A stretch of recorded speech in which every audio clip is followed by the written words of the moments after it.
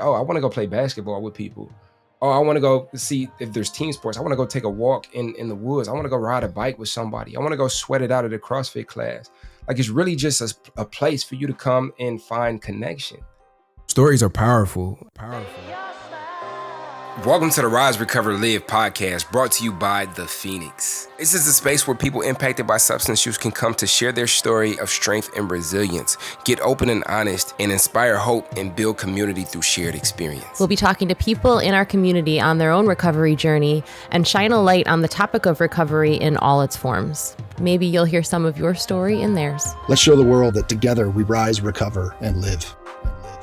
Hello, everybody, and welcome to the first episode of the Rise, Recover, Live podcast, powered by The Phoenix. I am your host, Bryce III, and this is my wonderful co-host, Liz. What's up, Liz?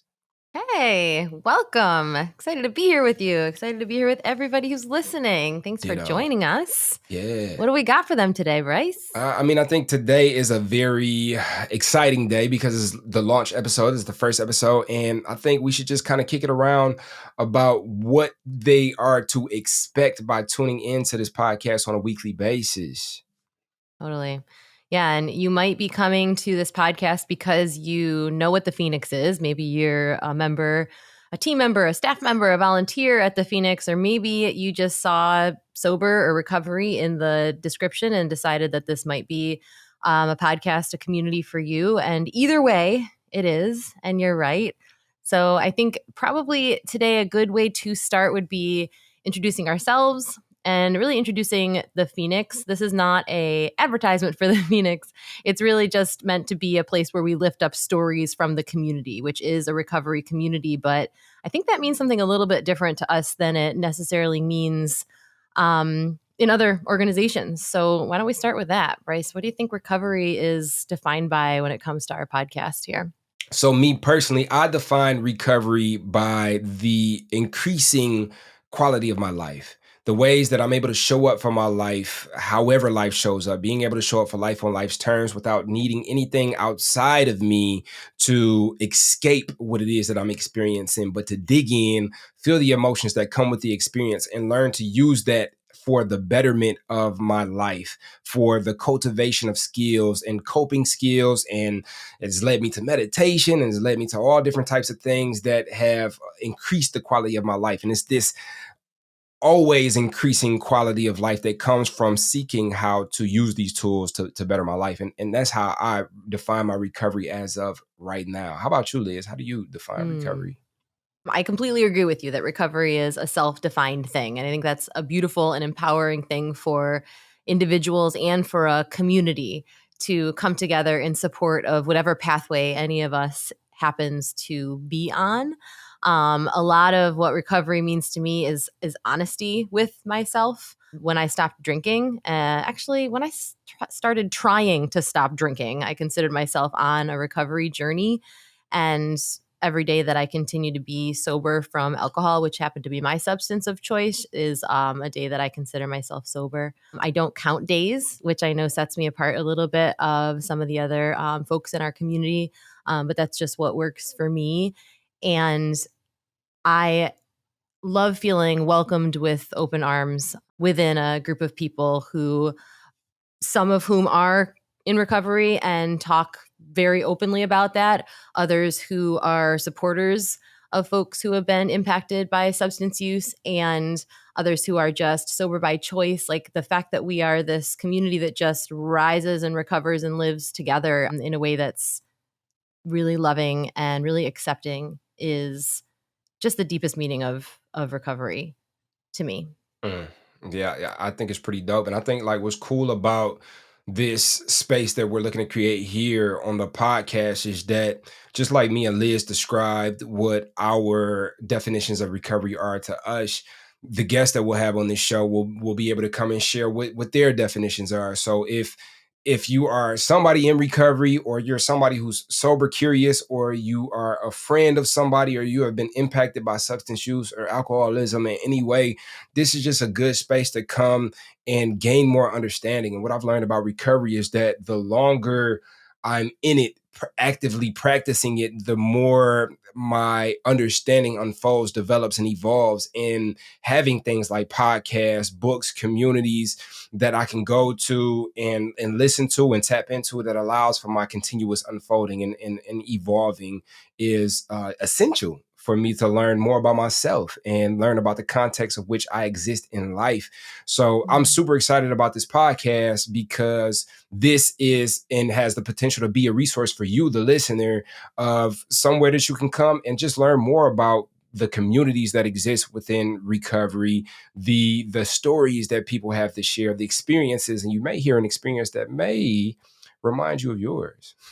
May remind Mm. you of yours and may give you a little bit more context as to what you are experiencing. And I know that, I don't know about you, Liz, but me, like when I would hear, I would often hear people share a story that was so similar to mine. It was like, whoa, like, even if there was no resolution at the end of their story, because it was similar, it just let me know, like, oh, I'm not terminally unique. I'm not Mm. alone. So I hope, and I believe the show has tons of potential to create that for you, to let you know and remind you how together we are in this thing, and how much there is a community that exists, and I hope that it contributes to your experience. Totally. Yeah. I feel the same way. I feel like stories are just our superpowers. Like, we're not experts on anything but our own experiences. And even that is something that we're learning more about every day. Um, I'm so excited to do this project with Bryce and with all of our guests and with people that are some incredibly similar to me and some incredibly different than me, because there's value in all of that. I remember early on for me, when I was just starting to think like maybe sober should be a thing that I should consider. Maybe my life doesn't need to be in shambles all the time. Going and seeking, like same as you, books, podcasts, movies, even, and having different reactions to different types of stories. Sometimes I would hear somebody talk about being sober curious and just substances weren't serving them anymore. They hadn't had any rock bottoms. They hadn't had any big glaring events that screamed to them and the whole world that they needed to put down this substance, but there was still something, kind of just that little inkling that maybe there was a different life that they could be experiencing. And for a lot of people, you're definitely going to hear those stories on this podcast. And for a lot of people, that's incredibly inspiring, because it's like the permission slip you need to take that step forward, to make that choice for yourself. For me, when I heard those stories, I was like, oh no, it's confirmed. I am the worst person in the whole world, because I had rock bottom after rock bottom. I have just the stories that, come in my head when I think of rock bottoms are extreme. So then when I would pick up the book or hear the story of someone who did have the job losses, the relationships that fell apart, the incarcerations, those were the ones that I was like, oh, thank God.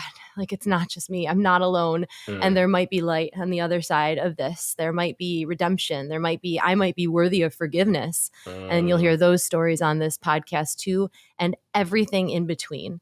You are going to find someone in here that's going to say something that's going to speak to you in some way. And for those who don't sound anything like your story, if you're anything like me, that's going to be a moment of a light bulb too, because there's just always something we can learn from each other.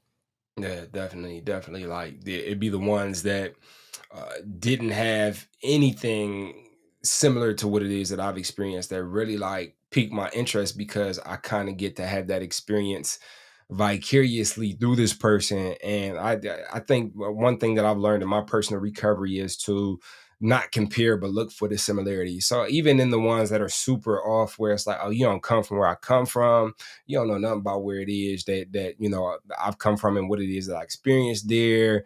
uh Even those, I can pick out at least one or two things. It's like, oh, but there's this similarity here, that and it just shows Mm. how easy it is to connect if we seek to, like, if we intentionally look to connect. So I'm super excited about the potential for people to feel as if they're not alone. And I think that Yeah, is a resource that we could all use, especially now, especially these days, where totally. you have to kind of intentionally seek connection and community.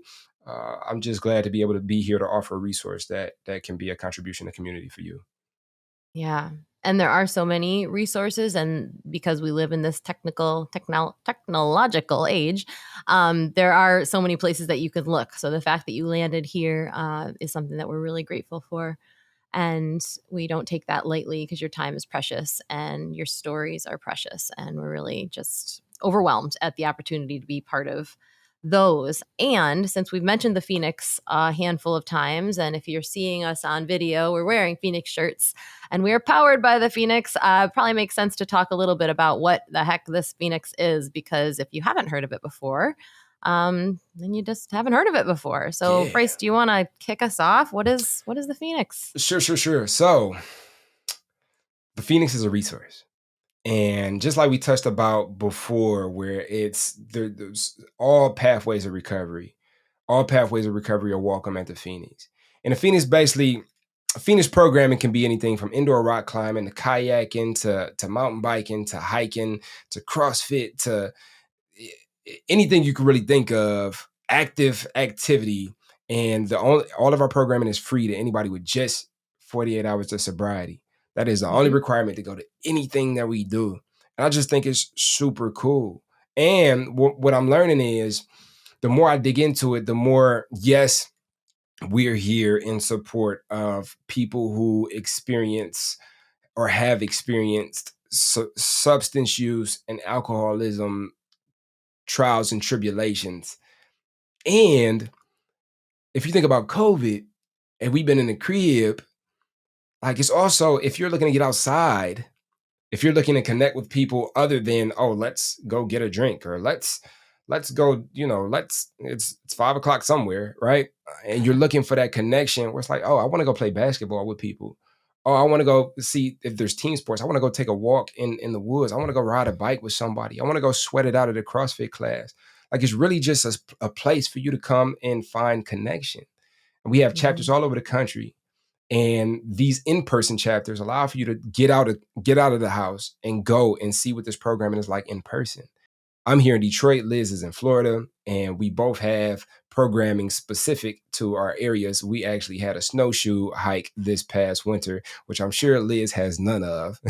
Sure didn't. But Nope. depending on where your chapter is, depends on what type of programming exists there. And if there's not a chapter there where you're at, you can be the person that brings that chapter to your area, because most of Phoenix programs are volunteer led. And also, Mhm. we have on demand as well as virtual live streaming classes every day of the week. And it is just the coolest. The coolest. Yeah. Yeah, we are a national nonprofit and we are starting to dip our toes into international. And the Phoenix can be hard to wrap your head around because we call ourselves a sober active community. And what is that, especially if it's national? We our only goal is to connect people who have been impacted by substance use, and that might be someone who has experienced it personally, that might be someone who is supporting someone who's experiencing it personally, or it might be someone who just lives in the world, because I would challenge you to find someone who's not been somehow impacted by substance use in this world that we live in right now. We are really dedicated to breaking down stigma that is surrounding substance use disorder, and in all of its forms and all of its names. For me, as a person in recovery, stigma and shame were two things that kept me sick for a really, really long time. So to be part of an organization that's offering just fun activities that bring people together, where they can be like loud and proud about the fact that this is something that we've experienced and that's something that we're working to overcome every single day, is something that strips away that shame and allows me to be in the world as my full self, not hiding any part of me, not ashamed of any part of me. And the way we do that is exactly like Bryce said, by offering free, fun activities for people who are 48 hours sober, whether you define yourself as someone in recovery or not. You want to hang out with sober people and do a fun thing. That is Phoenix. The event is the vehicle to the community, and the community is the magic wand that really keeps us together and helps us to just become a little bit better every day. And personally, I am the manager for the national virtual program for the Phoenix. So, like Bryce mentioned, there are about 60 live stream classes that happen every single week. And those are actual classes that are happening at the time that someone's instructing from their home or from a gym, and that anyone from anywhere can hop on. It's Zoom is the platform we're using currently, and join and be with friends. If there are local programming happening near you, then you might be able to go to a class in person. We're in, I think 35 communities right now. Maybe it's 30. That number is constantly changing because we're constantly growing. And yeah, and if it's not in your community, you have the power to make that happen, since our volunteer program is incredibly strong and incredibly supportive. It's a lot to take in because it's one of those things I feel like people think it's too good to be true, but it's not. We're peer led. It is that good. It is that true. It is that powerful. And just by being part of this podcast, just by listening, you are part of the community now, and welcome. Yes, welcome. And I think like one thing I've learned is the best way to understand what Phoenix programming is to get to a Phoenix program. Like there's no better way, there's no other better way to really understand like what this is than to come out to a program and experience the connection. So Mhm. Liz and I can sit here and wax poetically all day. And We're it very might sound, poetic. it might it might even sound like an ad, but I think the what's crazy is the excitement around the Phoenix, at least for me, and I'm sure for Liz, is that like is the experience that we've had. That moment Mhm. that clicks is like, yo, and I'm gonna be honest with you all. Like, I am the program coordinator here in Detroit, and feet on the ground. I'm in these streets, working to put these programs together and empower volunteers to get programs off the ground that they're excited about. And even after I came on board as an employee of the Phoenix, I think it was still a good seven months before I was like, yo, there's no catch. I'm from the city. I'm from Detroit, and when you come to the community, it's like, okay, it sound good, but what is really going on? Like what's the catch? What do you need? And it's just it's the catch is that there is no catch.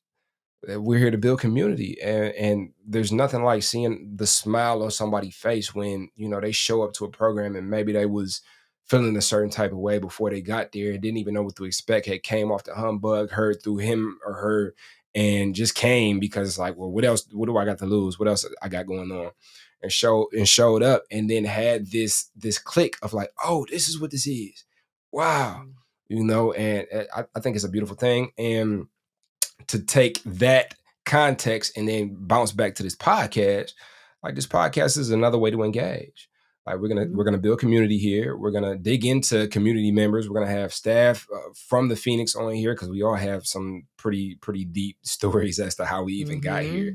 And we're also going to get people from the community that'll come on and share their story, how they define recovery and their experience in growing, developing, evolving, and unfolding in their own recovery. And I think it's a wonderful thing. I'm super excited. I don't know if you all can tell. So excited. Yeah. We're pumped. We've been talking about this for so long that I can hardly believe that it's actually going to happen. You're going to hear our voices out in the world, and just honored to be in your earbuds or wherever you happen to be listening.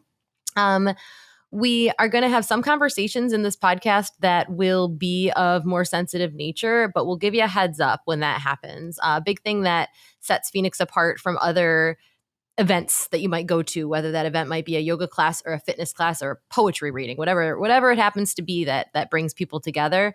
We pride ourselves on being very trauma informed, and that doesn't mean that we know what trauma anyone has been through. It means exactly the opposite, that we don't know what folks have been through. So if you come to either a Phoenix event or you come to this podcast as someone who has struggled with some really specific mental health challenges, if maybe eating disorder recovery is part of your story, and we know that we're going to talk about something within that podcast that touches on those things, we'll give you a heads up in the beginning. So if there's something that is going to be better for you to skip and wait till the next week, the next episode, then that's great. Your biggest job, all we ask of you is that you keep yourself safe, and we promise to do our best in that regard as well. Yeah. And I think like with all that said, I look forward to getting to know you all. I look forward to you all getting to know us and getting to know the guests. And I am excited about this journey that we are embarking upon. So before we get out of Yes. here, Liz, is there anything you want to add for this first episode of Rise, Recover, Live? So much, but I also know that there's going to be lots of opportunities to hear our voices, and we wanted to keep this one short. So, again, just whether you are a person who is considering recovery, fully in it, been in it for decades, or not even really sure how the heck you stumbled upon this podcast because this isn't something you've talked about before, stick around because there's going to be really great stories. There's going to be really real people, and just be with us. Be with us through this journey. We're really grateful that you're here. Yes, yes, yes. And with all that, click play on that next episode, and we will see you next time on Rise, Recover, Live, the podcast. That's right. Please hit subscribe. Stick around. We'll catch you next time. So now you're excited. Bryce, Liz, how do I get involved with the Phoenix? Well, my friend, it is super simple. We actually have an app. Head over to the Google Play Store or the Apple App Store, or look in the show notes of this podcast, wherever you're listening to or watching this podcast, and go download the Phoenix app. The Phoenix app makes it so easy to find classes that are near you or to access our virtual class schedule where you can hop on from the comfort of your home. You can also join our groups and have a conversation with someone from the Phoenix community from anywhere in the world. Please make sure that you join the podcast group where you can connect with Bryce and I and other listeners. Everything that you need is in the show notes. You can also head to our website at www.thephoenix.org. And maybe while you're there, you click the volunteer tab and get even more involved.